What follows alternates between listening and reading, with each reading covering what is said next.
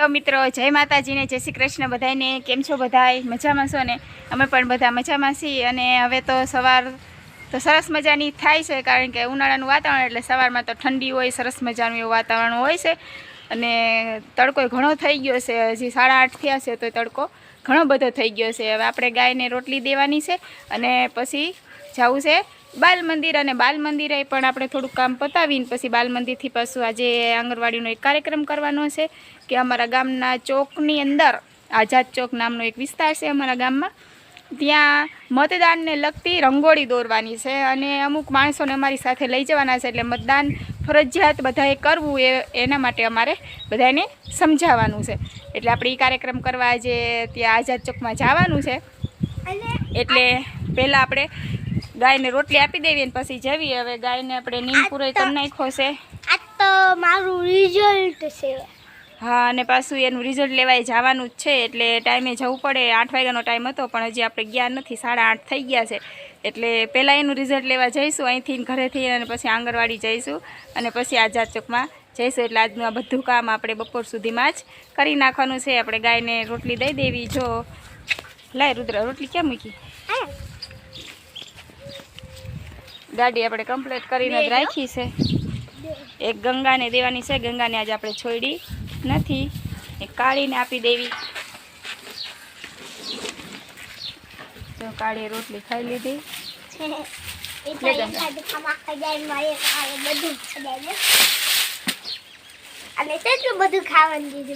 તો આપણે બધું કાળી ગંગાને બધી નીંદ નાખી દીધી છે, કાળીને નીંદ નાખી દીધી છે, અને આ બધા ઢોરાને આપણે નીણ નાખી દીધી છે. એટલે બધાને નીણ પૂરો ને એવું થઈ ગયું છે. ભેંસનું ને એમનું વાસીદું થયું નથી. આજ અતારમાં બહાર જવાનું થયું છે, એટલે વાસીદું આપણે આજ બપોરે કરવાનું છે. ત્યાંથી બધું આંગણવાડીનું બધું કામ પતાવીને આવીને પછી આપણે વાસીદું ને એવું બધું હું કરી નાખીશ. ને રુદ્ર અને શ્વેત ને એના પપ્પા બે બહારગામ ગયા છે, અને અમારે બેને આજ અહીંયા ઘરે કામ છે, એટલે અમે બે ઘરે છીએ. હવે જવી છીએ આંગણવાડી. હાલો ત્યારે આગળનો કાર્યક્રમ તમને બતાવું. ચોકમાં પહોંચી ગયા છે અને બધા રંગોળી પૂરે છે સરસ મજાની. જો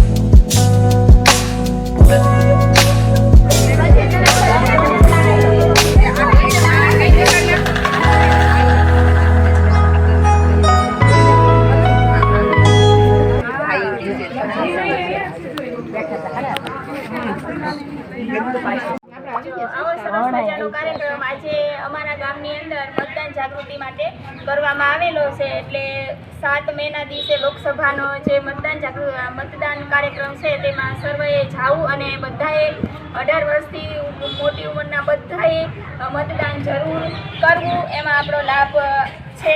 એટલે મતદાન કરવા જરૂર જજો. અને અમારા આંગણવાડી વિભાગમાંથી અમે અમારા ગામની અંદર આઝાદ ચોકની અંદર આવું સરસ મજાનું રંગોળી દ્વારા મતદાન જાગૃતિ કાર્યક્રમ કરેલો છે અને તમે બધા પણ સરસ રીતે મતદાન કરવા જરૂર જજો.